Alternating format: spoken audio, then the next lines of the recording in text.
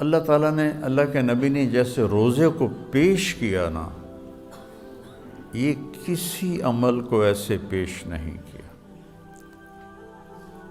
کہ آپ ممبر پہ کھڑے ہوئے اور فرمایا ماذا یستقبلکم وماذا تستقبلون، وہ کون آ رہا ہے، تم کس کے سامنے جا رہے ہو؟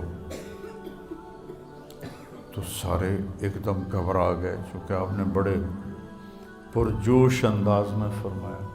پھر فرمایا ماذا یستقبلکم وماذا تستقبلون، وہ کون آ رہا ہے، تم کس کے سامنے جا رہے ہو؟ پھر اور صحابہ پریشان ہو گئے۔ پھر آپ نے تیسری دفعہ فرمایا ماذا یستقبلکم وماذا تستقبلون، وہ کون آ رہا ہے، کس کے سامنے جا رہے ہو؟ تو عمر رضی اللہ تعالیٰ عنہ کھڑے ہو گئے، یا رسول اللہ اوحی نزل، کیا کوئی وحی آئی ہے؟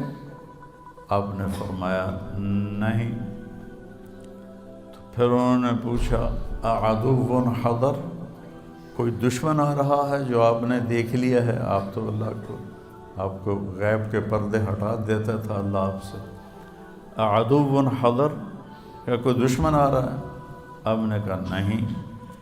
کہا تو پھر کیا ہے؟ آپ نے کہا رمضان آ رہا ہے۔ یہ تعبیر نہ نماز کے لیے ہے، نہ حج کے لیے ہے، نہ زکوٰۃ کے لیے ہے، اور نہ جہاد کے لیے ہے، نہ تہجد کے لیے ہے، نہ ذکر کے لیے ہے، نہ تلاوت کے لیے ہے۔ کسی عمل کی یہ تصویر کشی میرے نبی نے نہیں فرمائی جیسی کہ روزے کی فرمائی، رمضان آ رہا ہے۔ اور دوسری حدیث میں فرمایا اگر میری امت کو پتہ چل جائے لو یعلم امتی ما رمضان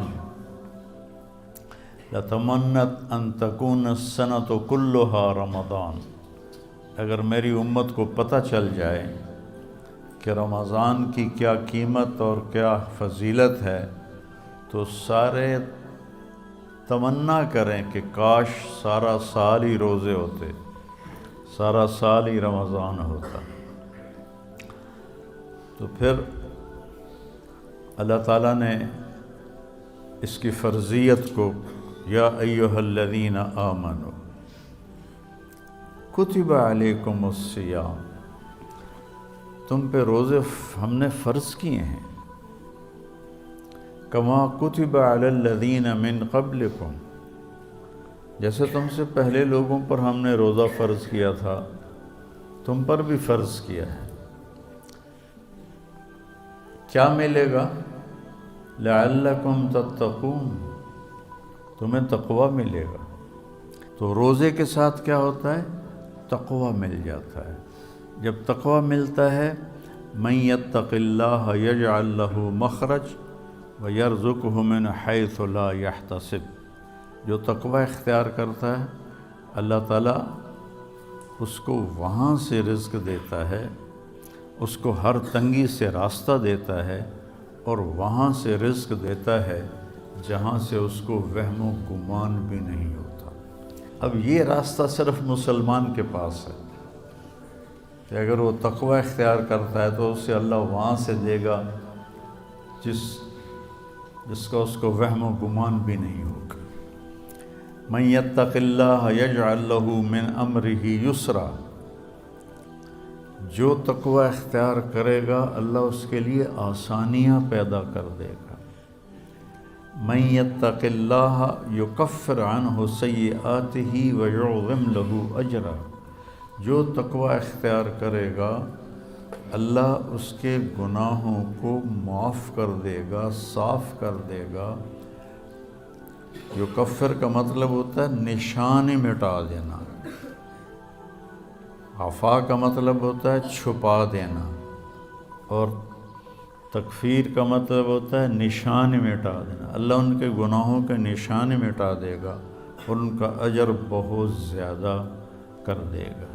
ان تصبروا وتتقوا لا يضركم کیدہم شیئا ان اللہ بما یعملون محیط۔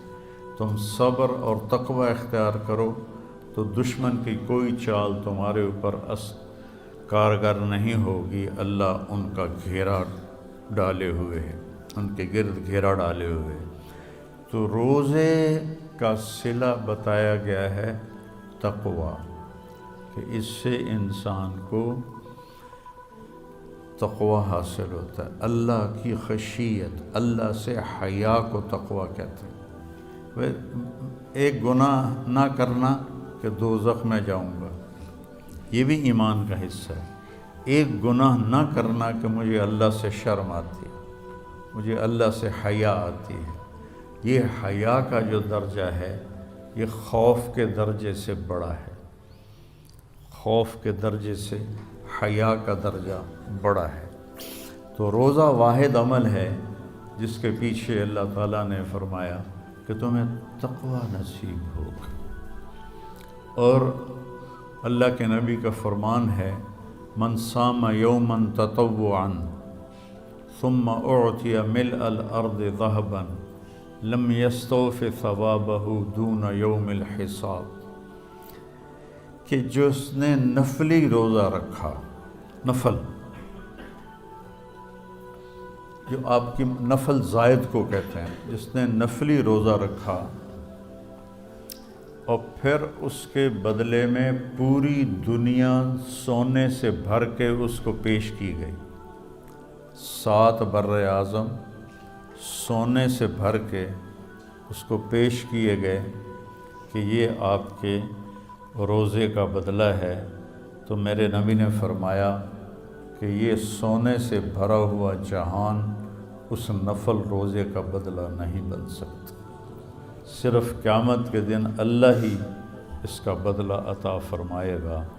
تو فرض روزے کو حضرت علی نے فرمایا جو ایک روزہ چھوڑ دے فرض اور پھر قیامت تک روزے رکھتا رہے، زندگی بھر نہیں، قیامت تک زندہ رہے اور روزے رکھتا رہے، تو اس ایک فرض روزے کے اجر کو حاصل نہیں کر سکتا۔